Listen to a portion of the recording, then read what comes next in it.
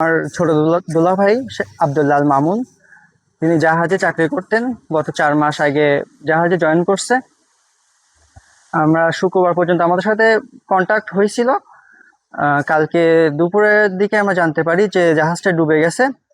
আর 2জন নাগরিক উদ্ধার হয়েছে, কিন্তু তারা হচ্ছে চাইনিজ। আর বাংলাদেশিদের মধ্যে আমার ভাইয়া একজন ছিল। আমরা তারপর থেকে কোনো আপডেট পাইনি, আর কোনো খোঁজ খবরও পাচ্ছি না। আমরা দ্রুত যেন ভাই আমাদের মধ্যে ফিরে আসুক সেই দোয়া করছি, আর সরকার যেন সেরকম পদক্ষেপ নেয় সেটা আমরা চাচ্ছি। আমার ছোট ভাই আব্দুল্লাহ আল মামুন, সে মেরিন ইঞ্জিনিয়ার।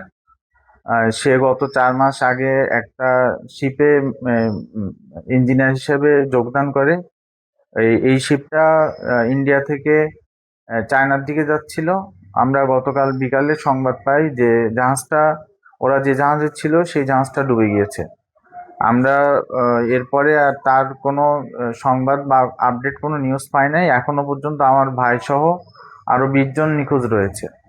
আমরা সরকার এবং সংশ্লিষ্ট কর্তৃপক্ষের কাছে আমার ভাইয়ের ভাইয়ের সংবাদ এবং তাকে সুস্থ অবস্থায় ফেরত পাওয়ার জন্য সংশ্লিষ্ট কর্তৃপক্ষের প্রয়োজনীয় পদক্ষেপ নেওয়ার জন্য অনুরোধ করছি। ওনাকে ব্যক্তিগতভাবে আমি চিনি। উনি মানে সৎ এবং ন্যায় নিষ্ঠার সাথে ডাক্তারি কাজ করছেন, এবং আমি নিজের প্রয়োজনে আমি অনেকবার গেছি।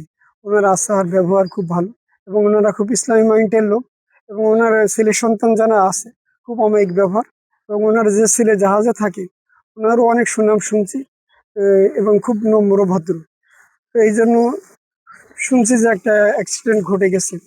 তো যেহেতু তাদের ফ্যামিলিটা খুব ইসলামী মাইন্ডের, খুব ধর্মপ্রাণ, এই জন্য আমরা চাই যে সরকার যেন একটা মানে ভালো ভালো একটা উদ্যোগ নিয়ে দ্রুত একটা ব্যবস্থা করে তাদের সন্তানকে তাদের কাছে ফিরাই দিতে পারে, এই আশাবাদ ব্যক্ত করতেছে আর কি। আমরা কিছুক্ষণ আগে খবর পেয়েছি যে আব্দুল্লাহ আল মামুন নামে একজন মেরিন ইঞ্জিনিয়ার, যার আদিনিবাস সাতক্ষীরা সদরে, তিনি সহ আরো 20 জন ইন্ডিয়া টু চায়না সি রুটে ঝড়ের কবলে পড়ে নিখোঁজ হয়েছেন। তাদের এখনো কোনো খবর পাওয়া যায়নি। তো আব্দুল্লাহ আল মামুনি যেহেতু সাতক্ষীরা সদর অধিবাসী, তিনি আমাদের কনসার্ন।